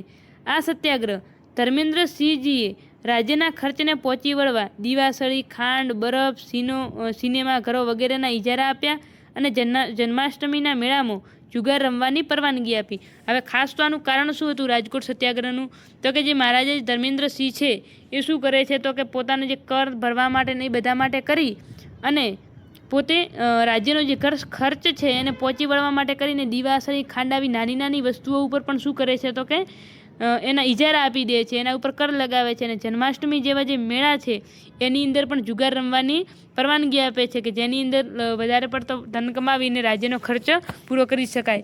જ્યારે એક સારી બાબત ન કહેવાય જુગાર રમવી, છતાં પણ એની પરવાનગી આપે છે. એટલે લોકો શું કરે છે તો કે વિરોધ કરે છે અને આના વિરુદ્ધની અંદર આંદોલન થાય છે.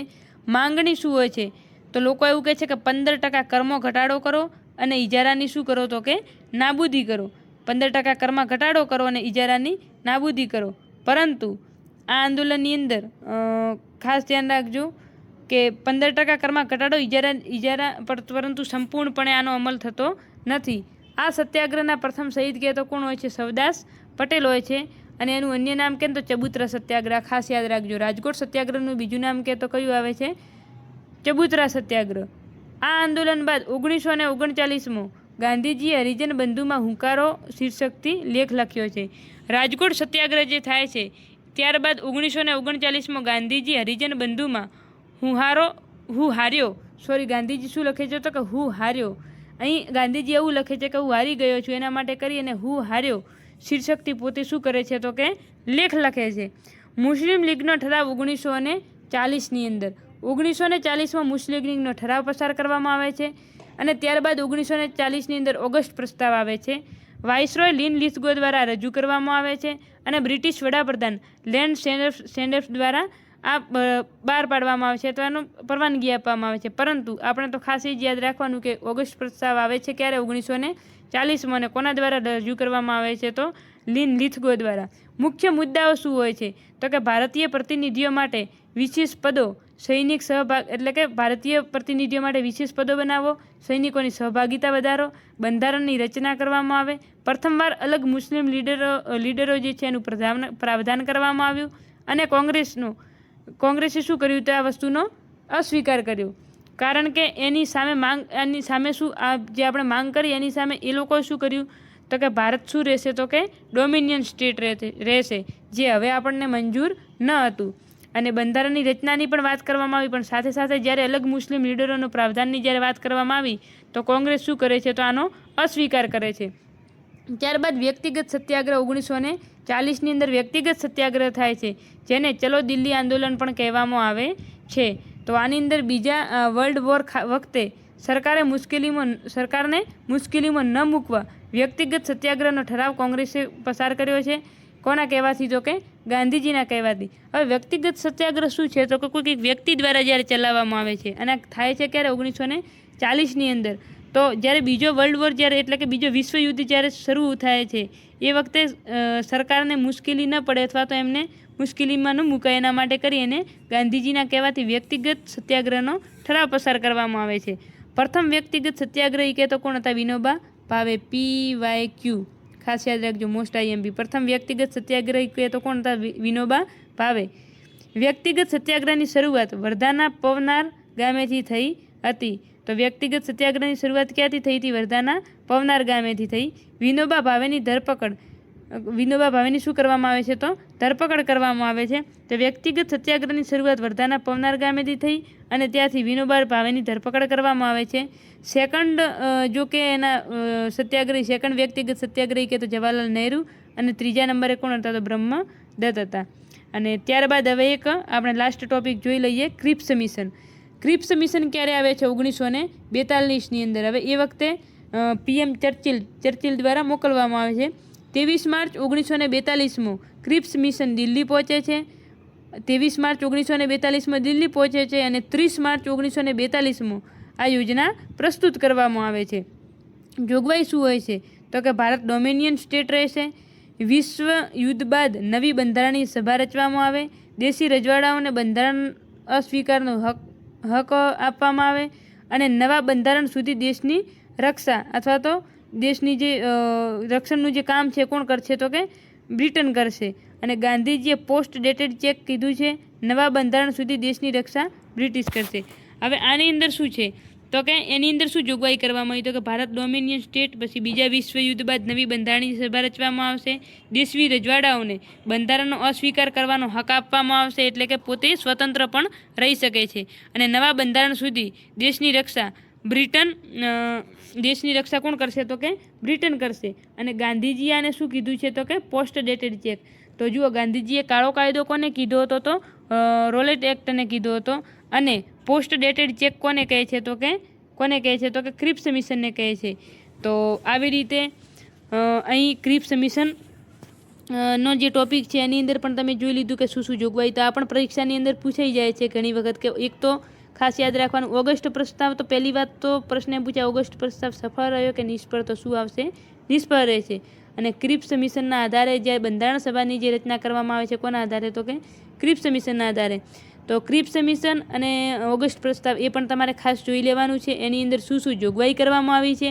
અને બીજી વસ્તુ પ્રશ્ન એમ પણ પૂછાય છે કે ક્રિપ્સ મિશન પછી જે આપણે વાત કરીએ એમ ઓગસ્ટ પ્રસ્તાવ, વેવેલી યોજનાઓ જે આગળ આવશે, આ જે બધું છે તો એ જે ભારત છોડો આંદોલન, આ બધું જે છે તો એમને ક્રમવાઇઝ ગોઠવવાનું જ્યારે કહેવામાં આવે તો એ પણ પરીક્ષાની અંદર પૂછાય છે.